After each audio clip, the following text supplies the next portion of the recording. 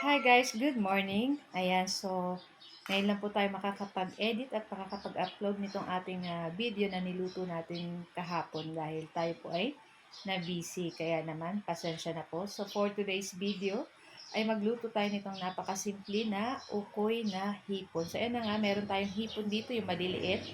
Nilagyan natin ng isang pirasong itlog, bawang, sibuyas, at maglalagay po tayo ng paminta para sa pampalasa. Siyempre, maglalagay din po tayo ng asin. Ayan. So, maglagay na tayong durog na paminta at asin. Tapos, siyempre, maglalagay din po tayo dyan ng harina. Ayan. And gusto ko nga po palang i-shout out si Anton Food Trip from Tayabas, Quezon. Ayan, nagpapa-shoutout siya. And syempre, ayan pa, meron pa nagpapa-shoutout.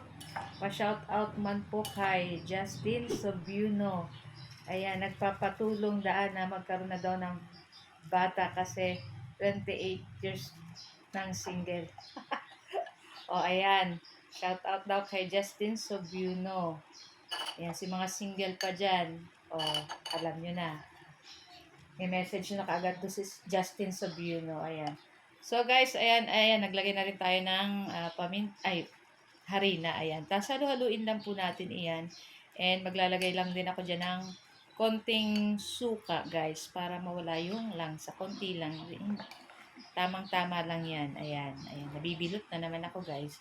So after natin ito, ayan, medyo ano lang natin ng ilang ah, minuto. Ayan, para ano yung lasa niya. Tapos, ayan, magpapainit na tayo ng ating kawali. Ayan, tapos syempre maglalagay na po tayo ng medyo marami-raming mantika. At pag mainit na, ayan, ilagay na po natin itong ating lulutuin na ukoy na hipon. Ayan, napakasarap po nito at syempre crispy. Masarap din ito i-ano sa sausawan na suka. Ayan. Tapos kung may kapartner pa kayo nitong mga ginataang kalabasa, ginataang sitaw, ay napakasarap po yan i-partner. So guys, ayan, syempre lulutuin lang natin yan ng side to side. So makikita nyo sa kabilang kawali, may niluto rin ako na pansit bato. So nagluto ako ng pansit bato, tapos meron din tayo nilutong chicken na isang buo.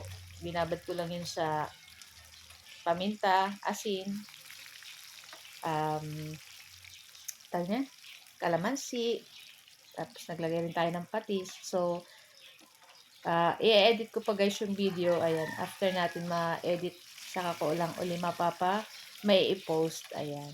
So, yan na nga, at luto na itong ating first batch na ukoy na hipon. So, isunod na natin itong ating mga natitira pa. So, napakadali lang po nito guys. Kaya, kahit po kayo ay nakapikit, ay maluluto nyo itong hipon. Siyempre, napakasarap at fresh na fresh pa yan from Calabanga. Ayan.